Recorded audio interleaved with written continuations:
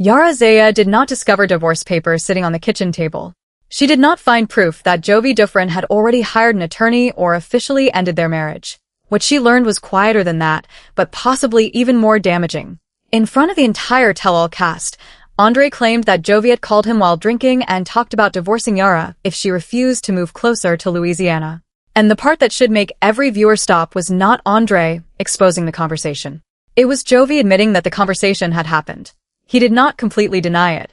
He did not say Andrei invented the whole thing. He acknowledged that divorce had crossed his mind, but then tried to create distance between what he said and how seriously he supposedly meant it. That leaves Yara with a terrifying question. How do you measure a threat your husband admits making but refuses to define? Was Jovi honestly imagining a life without her?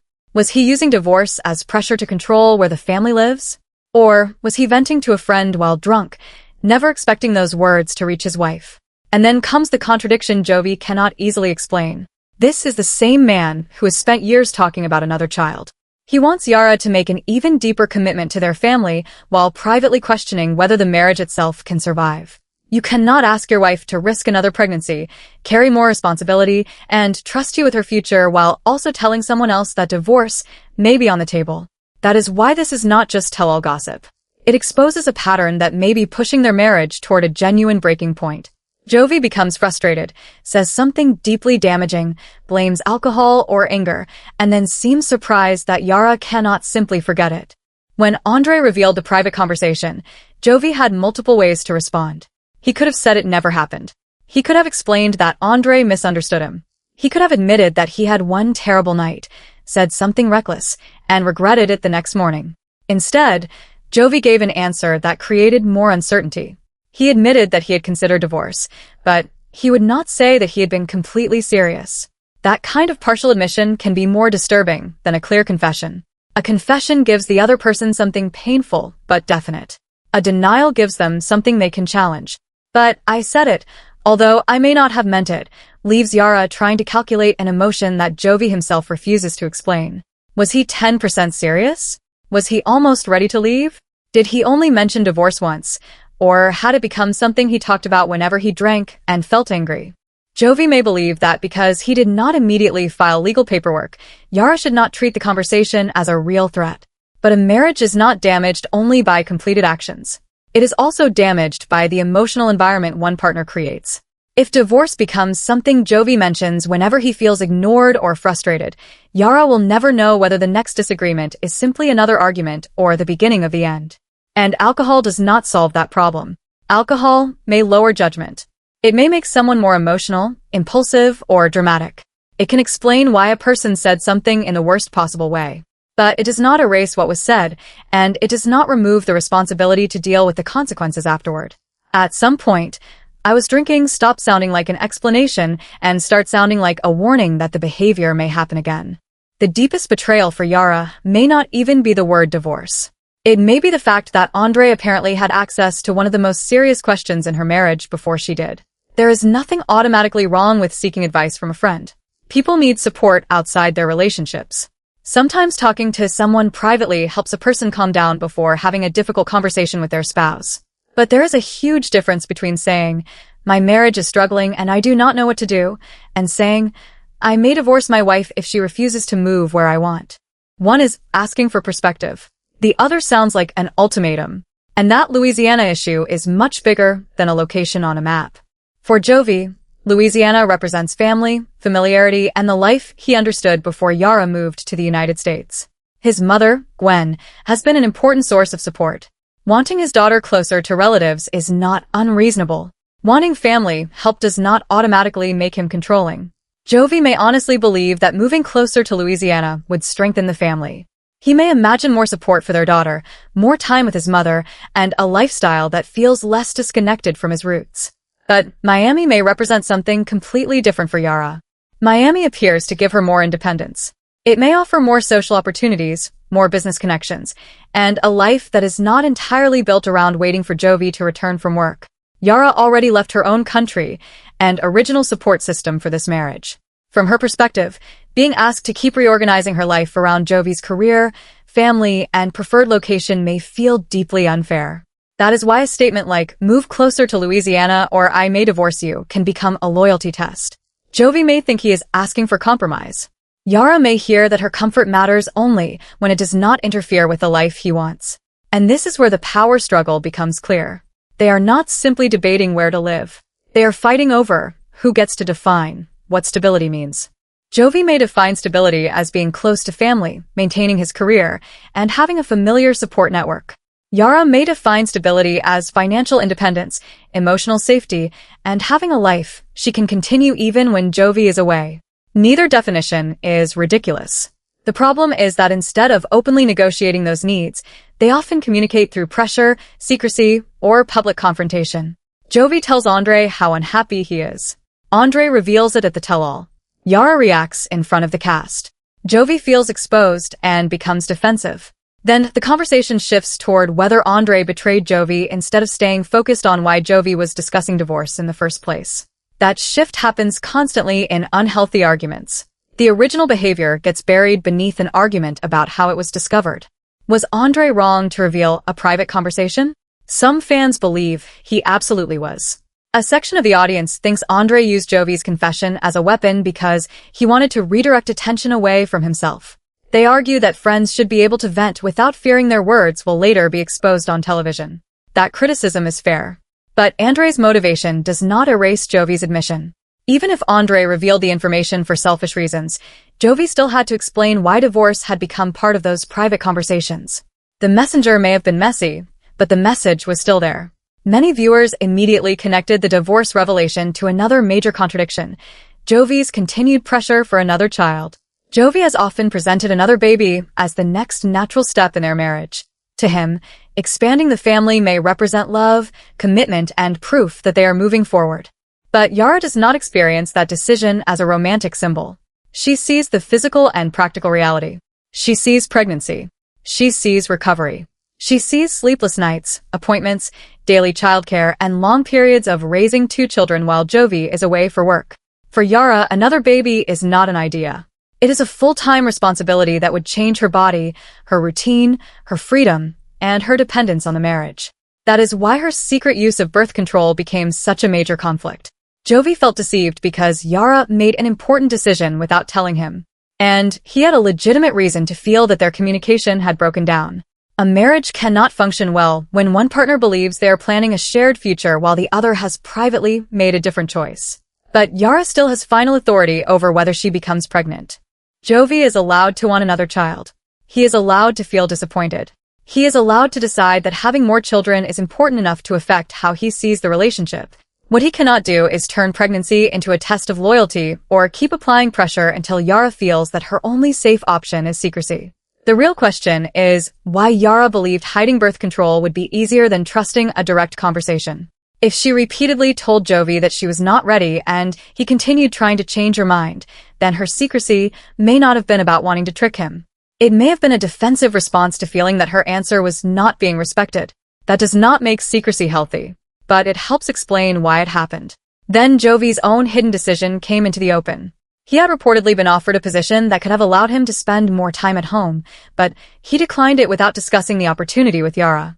There may have been reasonable professional reasons. The job could have paid less, offered fewer opportunities, or required Jovi to give up a career arrangement he had spent years building. Rejecting it was not automatically selfish. The problem was that he made the decision alone while expecting Yara to live with the consequences. That seriously weakened his argument about honesty. Jovi wanted full transparency from Yara about birth control, but he withheld information about a job decision directly connected to the reason she feared another pregnancy. He wanted another baby, yet he preserved the same schedule that could leave Yara carrying most of the daily responsibility. He wanted her to trust that he would be more present without involving her when an opportunity to become more present appeared. That is the unequal cost at the center of their family conflict. Jovi may view financial provision as his greatest responsibility. He works, travels, earns money, and helps support the household. From his point of view, his career is not the problem. It is what gives their family stability. Yara may appreciate that financial support while still believing that presence is the resource the family lacks. Money cannot attend a child's appointment. Income cannot comfort a lonely spouse during a difficult night. Financial stability matters, but it does not automatically cancel emotional absence. And once divorce enters the conversation, the baby issue becomes even more serious. Why would Yara agree to another pregnancy while wondering whether Jovi privately imagines ending the marriage? Why would she increase her dependence on him while their location, communication, and future remain uncertain? Jovi may interpret that hesitation as rejection. He may think Yara no longer believes in him or no longer wants the same kind of family. But Yara may see her hesitation as basic self-protection. A baby should never become a tool used to prove that a marriage is secure. The marriage needs to become secure before another child is added to it. And then there is the old photo conflict, which may appear unrelated but actually connects directly to the same emotional pattern. During the group trip, Jovi made negative comments about Yara's older photographs. He seemed to treat the moment as a joke or an honest observation. Yara experienced it as humiliation, especially because criticism of her appearance connects to painful memories and long-standing insecurity. The first comment may have been careless rather than intentionally cruel. Spouses make bad jokes. People misread emotional boundaries. Someone can genuinely underestimate how deeply a subject affects their partner. But the real test begins after the pain becomes obvious. Jovi could see that Yara was upset. Other cast members could see it. At that point, continuing to defend the comment became more important to him than repairing the damage. And that is where the situation stopped being about a bad joke. Why was proving that Yara looked different more important than helping her feel safe? Jovi often focuses on intention. He seems to believe that because he did not intend to destroy her confidence, she should understand that he was joking. Yara focuses on impact. Her position is that once Jovi knew the comment hurt her, he should have stopped defending it. Both intention and impact matter, but healthy repair requires Jovi to acknowledge the pain before explaining himself. An apology followed by 5 reasons why the other person should not be hurt is not much of an apology. Yara also has responsibility in these moments. Her anger can become sharp and personal. She may respond to one careless statement by attacking Jovi's entire character. That makes calm repair more difficult. But an intense reaction does not erase the behavior that triggered it. This old photo argument matters because emotional safety is connected to every major decision they are facing. Yara is being asked to trust Jovi with another pregnancy, a possible relocation, their daughter's future, and the stability of the marriage. Trust is not built only during major conversations. It is built when a partner recognizes a vulnerable subject and handles it with care. A spouse should ideally be the safest person in the room. Jovi sometimes appears to become the person most capable of finding the exact insecurity that will produce the strongest reaction. Some fans feel he is immature and thoughtless rather than deliberately cruel. They believe he speaks before thinking, especially in group settings where everyone is trying to be funny or create a memorable television moment. Other viewers see a more troubling pattern. They believe Jovi pokes at Yara's insecurities, waits for her to react, and then treats the reaction as proof that she is overly emotional. A section of the audience also suspects production encouraged the old photo discussion because Yara's appearance has been debated online for years. That may be possible, but it remains a theory. Even if production introduced the subject, Jovi still controlled how he behaved after Yara became visibly hurt. Producers can set up a conversation. They cannot force a person to keep defending a joke that is clearly damaging their spouse. The reaction to the divorce revelation was just as divided. Many viewers supported Yara and argued that divorce threats destroy emotional security, especially when they are attached to relocation. Some fans believe Jovi was using the possibility of divorce to pressure her toward Louisiana. Other viewers were more sympathetic to Jovi. They believe he may have been venting during an angry, alcohol-fueled conversation rather than forming a genuine plan. Those fans argue that many married people say extreme things to friends when they feel frustrated, even if they never intend to act on them. Another section of the audience blamed Andrei. They felt he transformed a private conversation into public humiliation. And then there are viewers who believe the entire reveal was held until the end of the tell-all because it created the perfect setup for another season, another counseling storyline, or a dramatic separation teaser. That theory may be right, partly right, or completely wrong. It should not be presented as a confirmed fact. But reality television shaping the timing of a reveal does not automatically mean the relationship issue is fake. Production can decide when viewers hear something. That does not prove the original conversation never happened. The most useful way to understand Jovi and Yara is to look at their repeating cycle. Jovi becomes frustrated and emotionally checks out. Sometimes work creates the physical distance. Sometimes drinking, nightlife, or conversations with friends create the emotional distance. Yara senses that something important is happening without her. She becomes anxious, asks questions, and demands clarity. Jovi then experiences her reaction as controlling, dramatic, or exhausting. The discussion shifts away from what he originally did and toward how strongly Yara reacted. Yara feels even less secure because the real issue was never resolved.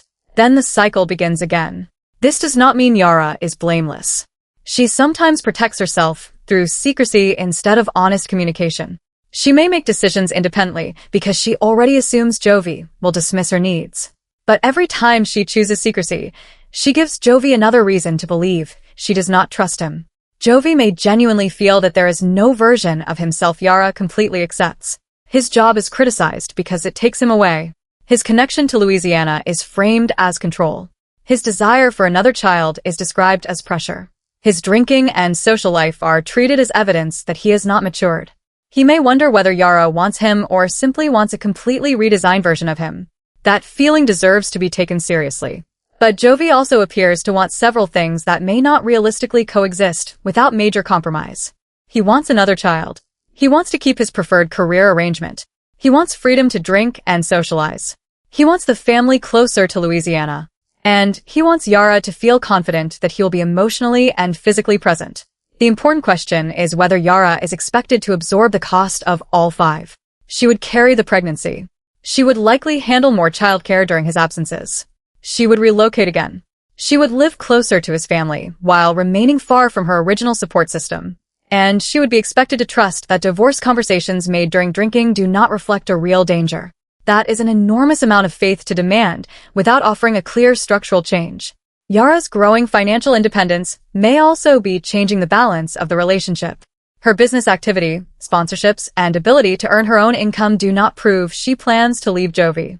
But financial independence can make someone less willing to accept uncertainty simply because leaving feels impossible. The more independent Yara becomes, the more confidently she may demand clear answers about location, parenting, and the future. Jovi could see that as something positive. It could reduce financial pressure on him and give Yara greater confidence. But if Jovi already feels that Yara is building a life that does not need Louisiana, his work structure, or possibly even him, her independence could also make him feel less secure. That may be part of the hidden tension beneath the relocation battle. The more rooted Yara becomes in Miami and in her own identity, the less likely she is to accept a future designed entirely around Jovi's preferences. So where does this marriage go from here? The most realistic next step is not a dramatic courtroom ending or a sudden, verified divorce. There is no confirmed evidence that legal divorce papers have been filed. The more likely outcome is another round of counseling, a temporary separation discussion, or a serious negotiation about location, work, parenting, and alcohol. Yara will need Jovi to define exactly what those divorce conversations meant.